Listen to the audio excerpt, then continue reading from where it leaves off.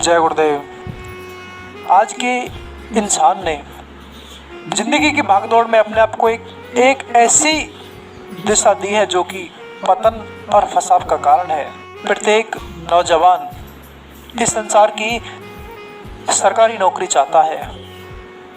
उसके चक्कर में अपने स्वर्ण समय को, कीमती समय को गवाकर हाथ पे हाथ रखकर बैठ जाता है और उसके पास स्वर्ण समय को गवाकर उसके पास बचता क्या है?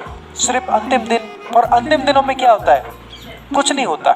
और जो आपको अपनत्व को पहचानने में मिला था, मैं कौन हूँ, कहाँ से आया और क्यों इस पृथ्वी पर आया, क्यों मैंने इंसान का जन्म पाया, अपने समय में इन सभी का प्रश्न हल नहीं ढूंढकर अपने समय को व्यर्थ के कामों, संसार के कामों में लगा देना, ये तो बड़ी मूर्खतापूर्ण बात हुई। इन बातों को जानने के लिए इंसान का जन्म सिर्फ एक बार मिलता है। उसके बाद तो नरक और 84 आपका रास्ता देखते हैं। अगर इन सभी सवालों का जवाब आपने नहीं पाया और नहीं आपने पाने की कोशिश की, अपने समय को उन चुनिंदा कामों में लगा दिया जो कि इस शरीर को सुख देने वाले काम हैं। हालांकि सुख इस दुनिया में है ही नहीं, फिर भी माया की छाया के वशीभूत होकर इस शरीर के सुख के लिए आपने इस कीमती समय को निकाला और आपने मैं कौन हूँ ये तक नहीं जाना, तो आपको पीछे पछताना पड़ेगा। नरक और 84 का रास्ता आपका इंतजार करेगा। सरकारी नौकरी हो या अन्य, इन सभी में अपने समय को बर्बाद मत कीजिए। हमने सुना है बहुत से लोगों का निशाना सरकारी नौकरी पाना, सुख सुविधाओं की चीजें पाना, बहुत ज्यादा धन दौलत आदि की इच्छा करना, सुख देने वाली वस्तुओं को पाना।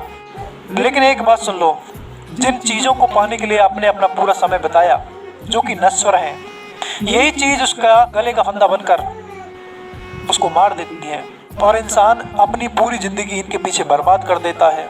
लेकिन हुजूर कहते हैं, जितनी भी सुख सुविधाएं देने वाली वस्तुएं, जिन्होंने इन वस्तुओं को बनाया, जिन्होंने पूरी खिलकत को बनाया, जिसने सरकारी नौकरी या फिर आदि विभिन्न प्रकार की नौकरियों को बनाया, जिसने कुबेर का खजाना बनाया, जिसने सुख सुविधा तमाम उसको बनाया जो आपको इस संसार में सुख देता है, अगर आप उसको ही पालो तो आपका ये पूरा का पूरा संसार हो जाएगा, आपकी सरकारी नौकरी हो जाएगी, आपका ही सब कुछ होगा। लेकिन जिसने इनको बनाया उसको पाना है। जो ये समय मिला सिर्फ इसी काम के लिए मिला है। ये संसार किसने बनाया उसकी खोज की जाए, जिसने मुझको बनाया उसकी खोज की जाए। हुजूर कहते हैं, जो इच्छा कीनी मनमाही, हर प्रताप कर दुर्लभ नाही। जो इस दुनिया का विधाता है, जिसने पूरी कायनात को बनाया, जिसने पूरी खिलकत को बनाया, जिसने सुख दुख देने वाली वस्तुओं को बनाया, जब वो आपको मिल जाएगा तो सारी वस्तुएं और पूरी खिलकत आपकी हो जाएगी। हुजूर कहते हैं, फिर जो आपके मन में जो इच्छा उठी वही चीज आपके सामने हाजिर हो जाएगी। लेकिन पहले अपने आप को जानना पड़ेगा, उस मालिक विधाता को जानना पड़ेगा। जैसे किसी भिखारी को, दर दर भटकने वाले को, राहगीर को पारस पत्र मिल जाए, क्या वो भिखारी रहेगा? क्या वो फिर दर दर भटकेगा? अरे जो उसके मन में आएगा वही चीज पालेगा। उसी तरह आपको भी भगवान रूपी पारस पत्र को पाना है, उसकी खोज करनी है। उसके खोज करने के बाद, उसको पाने के बाद फिर आप भी पूरी संतलत के, पूरी कायनात के, पूरी सुख सुविधा देने वाली वस्तुओं के आप भी मालिक हो जाओगे। दुनिया के लिए भागदौड़ करना, दुनिया के लिए अपने समय को बर्बाद करना, ये तो अपने आप के साथ की हुई नाइंसाफी है।